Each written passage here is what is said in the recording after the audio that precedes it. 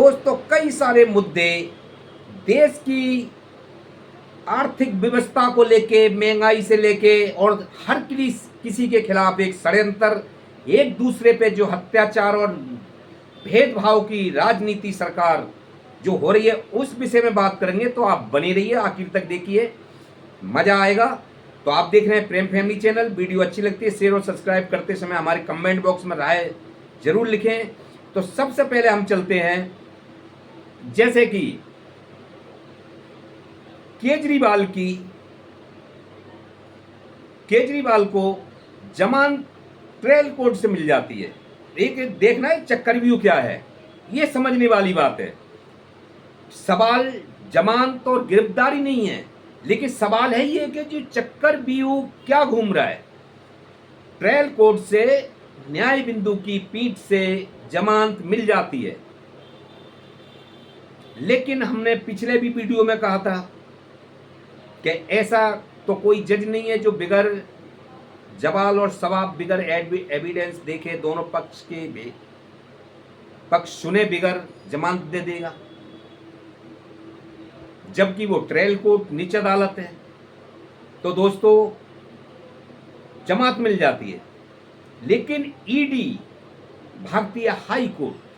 अब high court भागने में ये समझने वाली बात है कि किसकी सलाह थी, क्योंकि पता लगा आका को कि केजरीवाल तो निकल चुके हैं, जेल से छूट चुके हैं, इसलिए उन ईडी पे दबाव बना के आप ईडी और ईडी के वकील हाई कोर्ट जाएं। हाई कोर्ट में अपनी अपनी सेटिंग है, मैं किसी पे सवाल नहीं उठा रहा, हर जगह किसी की ना किसी की अपनी सेटिंग होती है, कोई बात नहीं। वहां से जमानत के बिगर बेल ऑर्डर अपलोड हुए, बिगर जज ने पढ़े। सुधीर जैन जो कि ईडी के वकील के सगे भाई हैं, बेल पे रोक लगा दी। अब मसला बनता है केजरीवाल चुनौती देने वाले सुप्रीम कोर्ट में अगले दिन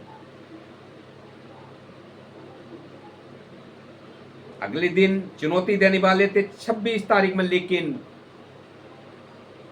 उसी रात सीबीआई, जब ये भी मैं कहूंगा ये भी जब आगे जो पावर में सरकार बैठी हुई है उसको पता लगा कि हाँ सुप्रीम कोर्ट से जब ये बेल मिल सकती है, क्योंकि ईडी का केस कमजोर होते नजर आ रहा था।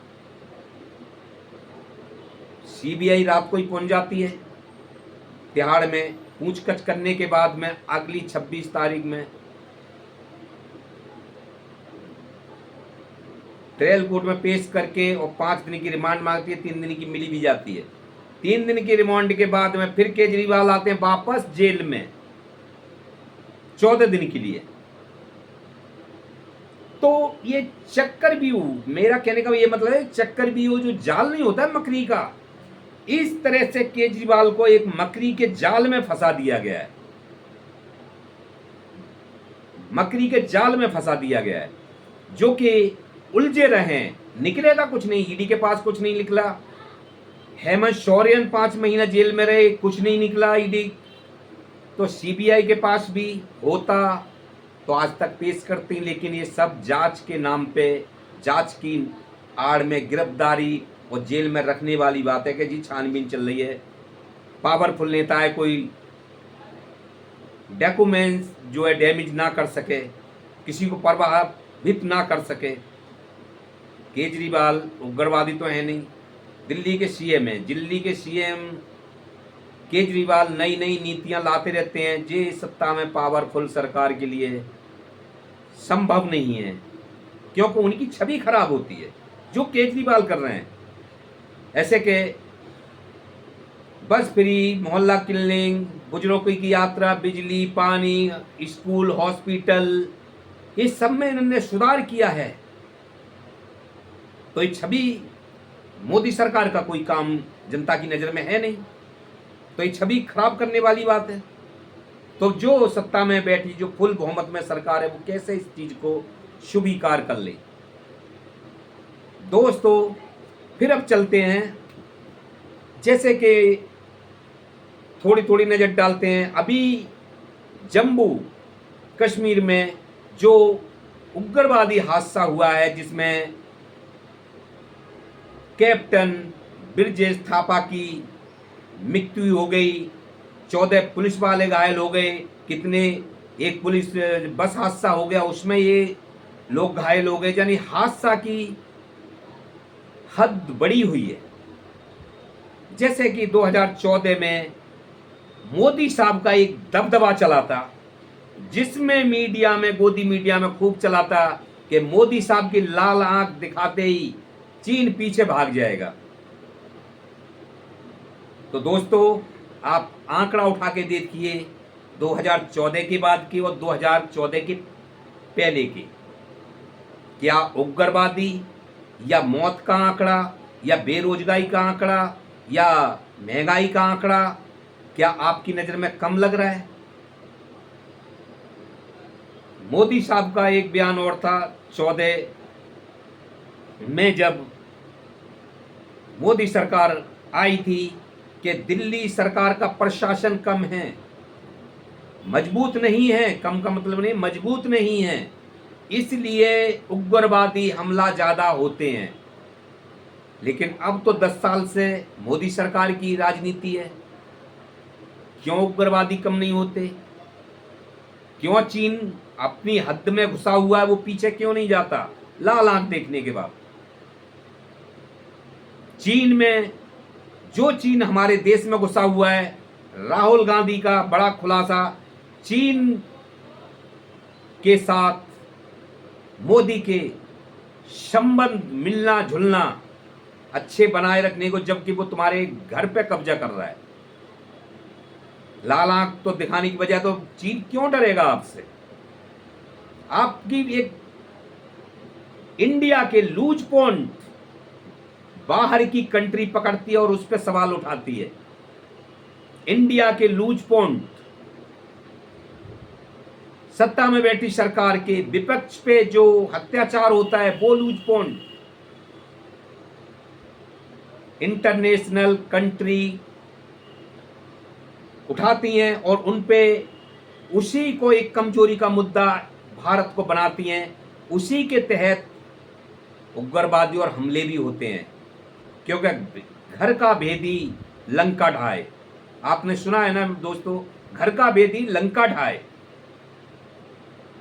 जब मोदी साहब बाहर स्टेज पे खड़े होके अपने ही देश की निंदा करते हैं, कैसे भी कोई देश है, ये भी कोई देश है यार, गलती करी हिंदुस्तान में पैदा होके, या रूस में जाके, कि 2014 से पहले भारत अहमदुद्दीन भारत था, लेकिन आज मजबूत है 2014 के बाद। ये तुम निंदा देश की करते हो, तो इससे बाहर वालों को एक बढ़ावा मिलता है और वो आपका लूज पॉइंट पकड़ते हैं, उसी पे देश को दबाने का काम करते हैं। आप नाम राहुल गांधी पे डालते हो, राहुल गांधी पे सवाल उठाते हो, उनकी छवि खराब करते हो, यानी मोदी मीडिया, गोदी मीडिया, मोदी जो करें वो सब अच्छा, राहुल जो करें वो सब गलत। तो दोस्तों, अब चलते हैं, जैसे कि मणिपुर, मैं ये कहना चाहता हूं, क्या जनता वोट मांगने की काम आती है? उसके अलावा मोदी साहब का कोई महत्व नहीं बनता उनके विषय में सोचने का? मणिपुर जलता रहा, लेडीजों के साथ बुरे दुष्कर्म हुए, हाथरस में इतना बड़ा कांड हो गया। मणिपुर का तो बहुत बड़ा, कई महीने तक चलता रहा। एक सवाल नहीं बोले मोदी साहब, हाथरस पे नहीं बोले। क्यों दुश्मनी? जनता की देश के साथ, वही जनता आपके लिए वोट देती है, उसी से आप दुश्मनी बरतते हैं। सिर्फ वोट मांगने से पहले ही 10-15 दिन पहले याद आती है जनता की, उसके बाद जनता के किसी मुद्दे पे, बेरोजगारी, महंगाई या जनता से रिलेटेड कोई भी मुद्दे पे, आप जनता से, मैं कहना चाहता हूं कि आप पूछिए मोदी साहब से, क्या आपने कोई भाषण सुना है ऐसा? जो उससे रिलेटिव हुए, जनता के मुद्दे से रिलेटिव हुए। तो दोस्तों, मेरा ये कहना है कि जनता सिर्फ वोट देने के काम आती है मोदी सरकार के, उसके बाद जनता किसी काम की नहीं उनके लिए। अंबानी, मुकेश अंबानी की बेटे की शादी में जाते हैं क्योंकि वो अमीरों की शादी है, वहाँ पे एक कैमरा के सामने छाए रहेंगे, मोदी मीडिया दिखाते रहेगा उनके लिए क्या आशीर्वाद दे रहे हैं, क्या कर रहे हैं। राहुल गांधी जाते हैं, हाथरस जाते हैं, मणिपुर जाते हैं, उन पे के लिए वो भी इनके लिए खटकता है कि ये क्यों जाते हैं जनता के बीच में, सवाल उठाती है मोदी मीडिया।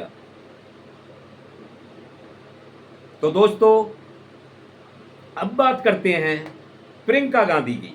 वीडियो थोड़ी बड़ी है, माफ करना।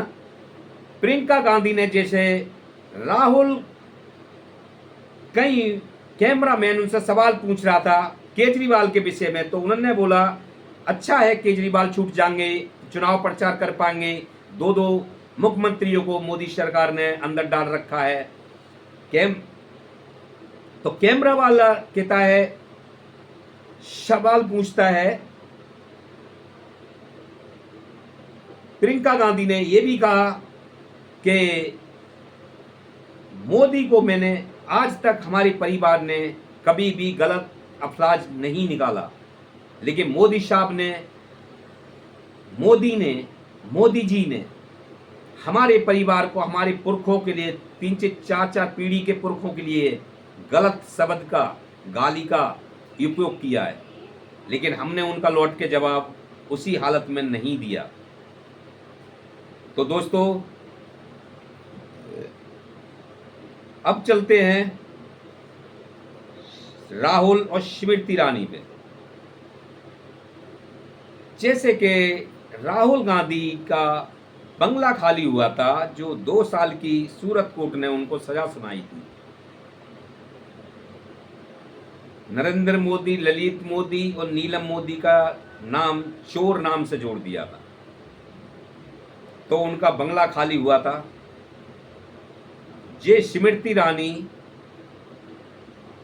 ने भद्दी टिप्पणी करके, क्योंकि अगर गांधी परिवार का मुद्दा हो तो स्मृति ईरानी पागल हो जाती है बोलने के लिए, केजरीवाल का मुद्दा हो तो स्मृति ईरानी पागल हो जाती है बोलने के लिए, बीजेपी का किसी का नेता का, चाहे वो लड़की पॉस केस लगा हुआ, चाहे वो लड़की का मामला हो, चाहे वो मनी लॉन्ड्रिंग का मामला होता, चाहे किसी का भी मामला होता, स्मृति ईरानी ने कभी अपने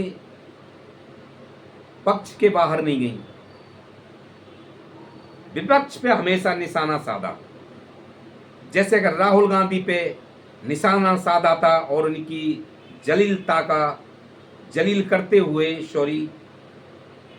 भद्दी टिप्पणी का प्रयोग किया था आज वो, लेकिन राहुल गांधी ने हंसते हंसते अपनी कोठी खाली कर दी थी और कहा कि मुझे घर का क्या काम, मैं तो जनता के दिल में रहता हूं।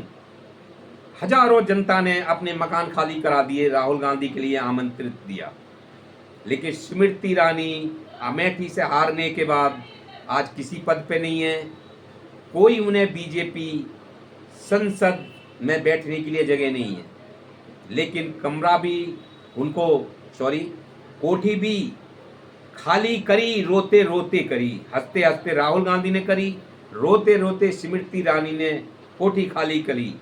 लेकिन राहुल गांधी आज सबसे बड़े विपक्ष के लीडर और नेता हैं। तो दोस्तों, ये संस्कार का सवाल है, यहाँ पे संस्कार दिखाए जाते हैं कि वो किस प्रयोग, अपने शब्द का प्रयोग कर रही हैं और राहुल गांधी ने किस शब्द का प्रयोग करा।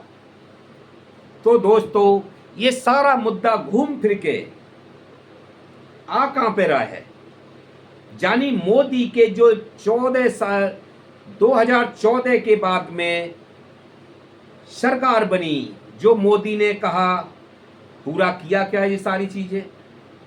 तो दोस्तों, राहुल गांधी ने मणिपुर जाके अपना